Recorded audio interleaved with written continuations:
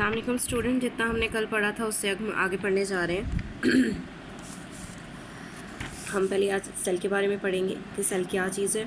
Cell के अंदर जो है वो न्यूक्लियस होता है, उसके अंदर जो है वो न्यूक्लियस के अंदर क्रोमोसोम्स होते हैं। यहाँ से हम पढ़ेंगे nucleus is the part of the cell which controls the activities of the whole cell. Nucleus जो है वो सेल का एक पार्ट है जो कि सेल के अंदर तमाम एक्टिविटीज़ को, जितने भी अंदर सेल के अंदर काम हो रहे हैं उनको कंट्रोल करता है। न्यूक्लियस के अंदर क्या चीज़ होती है? क्रोमोसोम्स। क्रोमोसोम्स क्या होते हैं? Are found in the nucleus, nucleus के अंदर पाए जाते हैं ऑफ द सेल के। They consist of protein and DNA. और ये किससे मुश्तमिल होते हैं? प्रोटीन और डीएनए के। क्या हम कह सकते हैं कि ये किससे मिलके बने हुए हैं? यानी डीएनए और प्रोटीन के साथ मिलकर क्रोमोसोम बना हुआ है। अब डीएनए क्या है? DNA stand for deoxyribonucleic acid. DNA क्या है? Deoxyribonucleic acid. ये देखें, ये क्वेश्चन भी आ सकता है कि DNA stand for D for deoxyribo, N for nucleic, A for acid. तो पूरा क्या बना? Deoxyribonucleic acid. अब क्या है कि डीएनए इज़ अ मटेरियल, एक ऐसा मादा है that contain a complete set of instruction for developing a new organism, new cell और एन ऑर्गेनिज्म, जो कि नया सेल या ऑर्गेनिज्म बनाता है। इसकी एग्जांपल ये है कि सेट ऑफ इंस्ट्रक्शन क्या है, यानी कि इसके अंदर उसकी मेकिंग कैसी हुई हुई है। आपकी मेकिंग, आपका डीएनए आपके पेरेंट्स के डीएनए के साथ कैसे मैच कर रहा है। ठीक है, आपका डीएनए आपके पेरेंट्स के डीएनए के साथ और आपके फादर और मदर, आपके बहन भाइयों के साथ कैसे मैच कर रहा है। तो आपकी जो अंदर की जीन मेकिंग है डीएनए की और जो आपके भाई बहनों की है मेकिंग, वो सेम होगी, नियर अबाउट। तो उसको हम कह सकते हैं कि that is why the DNA is called the heredity material. हम कह सकते हैं कि डीएनए की वजह से जो है वो उसको हम हेरिडिटी यानी विरासती मादा कहते हैं। यहाँ पे समझने की ये बात है कि डीएनए एक ऐसा मटेरियल है जिसकी वजह से जो खसूसियात, जिसका जिक्र हमने कल किया था कि जो खसूसियात आपके आबाऊ अजदाद में होती हैं वो आप में कैसे आती हैं। ठीक है, तो किसकी वजह से आती हैं? डीएनए की वजह से। आपके पेरेंट्स के अंदर जो खसूसियात होती हैं वो आपके अंदर कैसे आती हैं, चाहे वो हेयर कलर हो, आपका आई कलर हो, या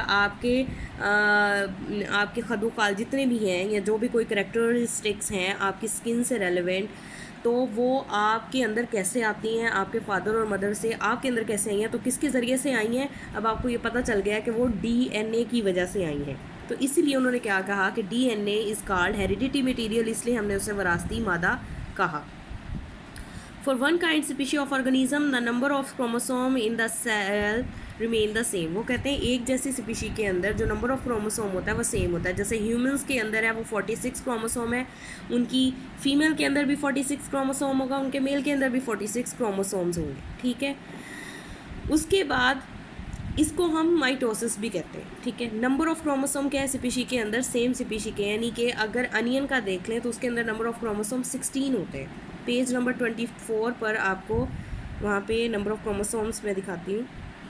ये देखें, नंबर ऑफ़ क्रोमोसोम्स के बारे में यहाँ इन्फॉर्मेशन दी हुई है कि मैन में 46 होते हैं, यानी कि दुनिया में जितने भी इंसान हैं उनके क्रोमोसोम के अंदर 46, उनके जो अंदर न्यूक्लियस, उनके सेल के अंदर जो न्यूक्लियस होगा, न्यूक्लियस के अंदर जो क्रोमोसोम्स होंगे उनकी जो तादाद होगी वो 46 होगी। दुनिया में जहाँ भी इंसान होंगे उनका जो नंबर ऑफ़ क्रोमोसोम है वो क्या होंगे? 46। मंकी है उनका 48, कैट 30। ये नहीं होगा कि किसी में चेंज हो जाए। ठीक है, मेज़ में 20, अनियन में 16 और पी में 14 होगा। अगर आप देखते हैं कि नंबर ऑफ़ क्रोमोसोम अगर चेंज होते हैं तो इंसान के अंदर बहुत सारी चेंजिंग्स आ जाती हैं। जहाँ पे नंबर ऑफ़ क्रोमोसोम चेंज होते हैं वो मैं आपको फर्दर बताऊँगी और आप फर्दर क्लासेस में उसके बारे में भी पढ़ेंगे। तो नंबर ऑफ़ क्रोमोसोम्स क्या रहते हैं? सेम रहते हैं। However when gametes are form, लेकिन जब गमीट फॉर्म होते हैं, अब गमीट कहाँ फॉर्म होते हैं? जब स्पर्म और एग एनिमल्स के अंदर आपस में मिलते हैं, वहाँ पे क्या होता है? गैमीट बनता है। वहाँ पे नंबर ऑफ़ क्रोमोसोम्स क्या हो जाते हैं? हाफ हो जाते हैं। ठीक है, उसको आप मियोसिस कहेंगे।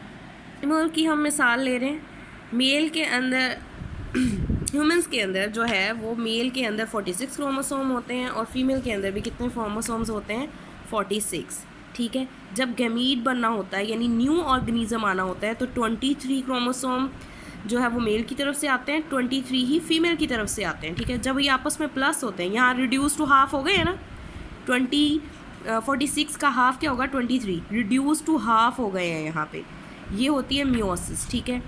जब वो हाफ हुए हैं तो ये वाले हाफ मेल वाले 23 और इधर से फीमेल के 23 आपस में प्लस हुए हैं, तो जो न्यू ऑर्गेनिज्म आया, जो न्यू ह्यूमन बीइंग बना या जो न्यू एनिमल बना बच्चा जो है वो उसके नंबर ऑफ क्रोमोसोम्स भी क्या हो गए 46, उसमें हाफ नहीं रहे।